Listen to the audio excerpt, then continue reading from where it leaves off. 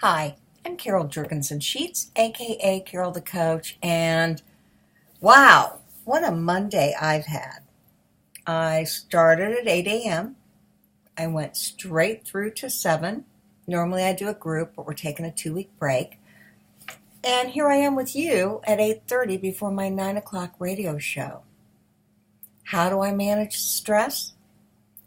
Well, first of all, I love what I do.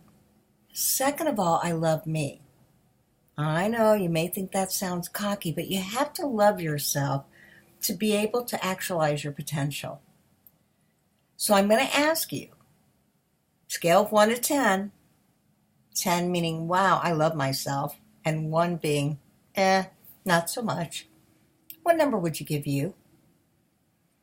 You see, I know that if you've been ravaged by addiction, you're probably closer to a 1. And what I do believe to be true is when in recovery, you're moving towards the 10. And so tonight, I wanted to talk to you about what happens when you're moving towards recovery and you slip. Or maybe you even relapse. Now, let me remind you that a relapse is when you increase the slip in terms of intensity and frequency, and or you slip periodically for 3, 4, 5, 6 times, 3, 4, 5, 6 weeks, 3, 4, 5, 6 months.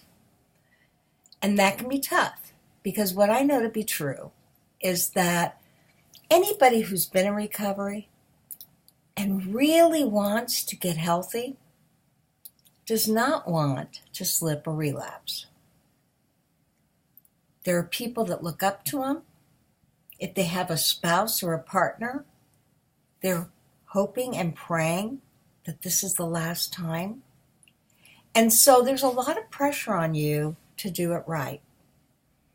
And although in AA, among alcoholics, or NA, among substance abusers, there's a common known element of if you're in recovery, it's very common to relapse. With sexual addiction, what I believe is that you have to work this program as if this is your last time. Yes, it is very hard to maintain sobriety and recovery, but I've got to say, you can do it. You have to follow those 10 tools.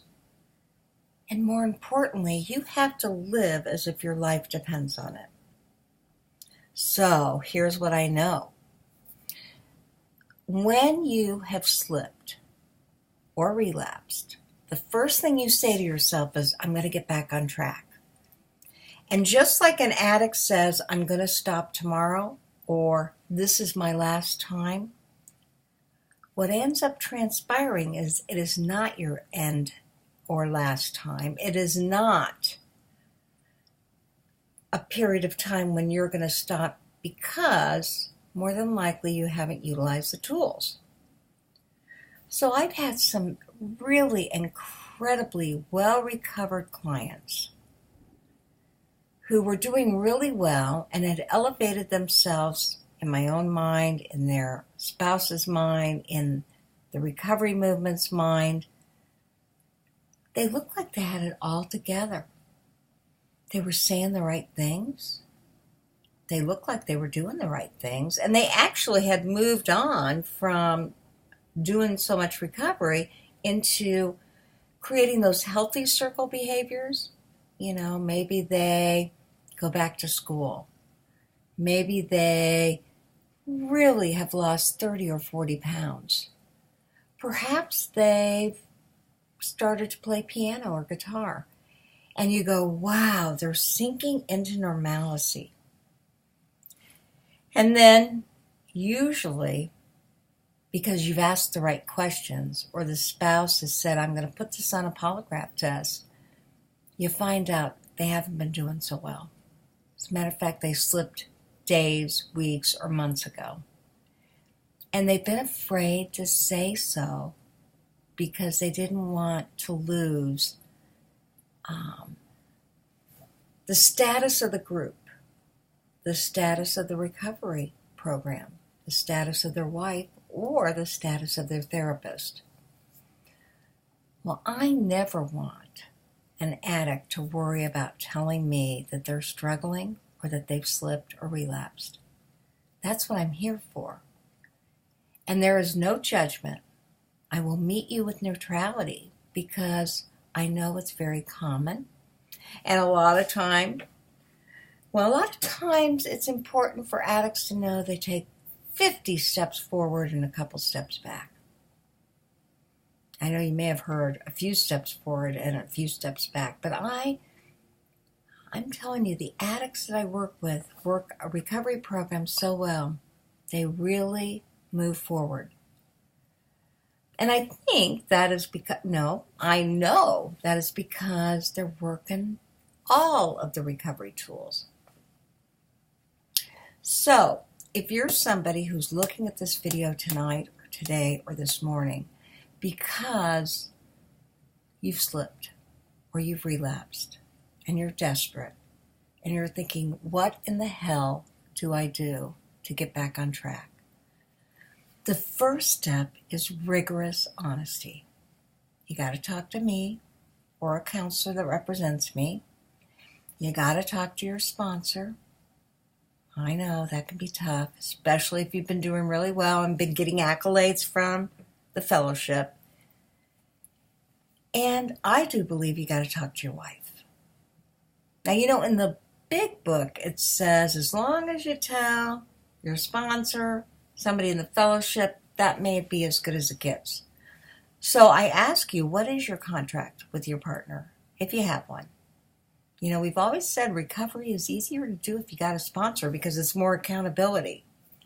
So what is that accountability? Did you tell him or her that you would contact your spouse within an hour, 12 hours, 24 hours? We typically ask if you really want to know that it doesn't go longer than 24 hours. It's too much anxiety for the sex addict. Okay? And I've had many an addict who slipped, who felt like it was the wrong time to share with a wife or a husband the slip because graduation was right around the corner. Or your anniversary is in 2 days. Or you've had a really hard week at work and it would just throw you over the edge if you knew that there was a slip involved in recovery. If you have a contract, you have to honor that first. So that's what I'm asking, for you to tell your wife or husband, your sponsor, and your therapist what's going on. The longer you wait, the harder it gets. And I am here to let you know that it's easier, it's healthier, and it'll make you feel better about yourself if you come clean right away. So please be honest, because the program and our work together is all about honesty. And what I know to be true from my certification with partners is that honesty is at the core of trust. And if you want to regain your trust, you've got to be honest, even if there's some spill out from it. Many a partner has said, I didn't want to hear that. But what I know to be true is that I wanted him or her to be honest more than anything. You can do that. You can be honest. I promise you that. It takes a lot of guts. It takes a lot of courage. It takes a lot of integrity. But that helps you to get back on the right track. So don't let a slip or a relapse cause you to go down the tubes. Because what we know about sexual addiction is if you don't come clean, the actual offense gets worse in terms of frequency and intensity. And that is the promise of a process addiction. So, I'm Carol the Coach, and I'm here with you all the time and through my radio show, www.blogtalkradio.com/Sex Help with Carol the Coach. And if you're not doing anything, please buy my book of compilations of the best interviews I've done, because every bit of money that I get from that book goes to sexual addiction research. And the more research we do, the better we are. You can get that on my website. You can get that through Amazon, or you can go to ebookit.com and order the book. If you want a hard copy, you got to go through me, through Sex Help with Carol the Coach, and I promise you I'll autograph it and send it right to you. Okay, have a great week. And as I say at the end of my radio show, there will only be one of you at all times, so fearlessly have the courage to be yourself and be rigorously honest in the process.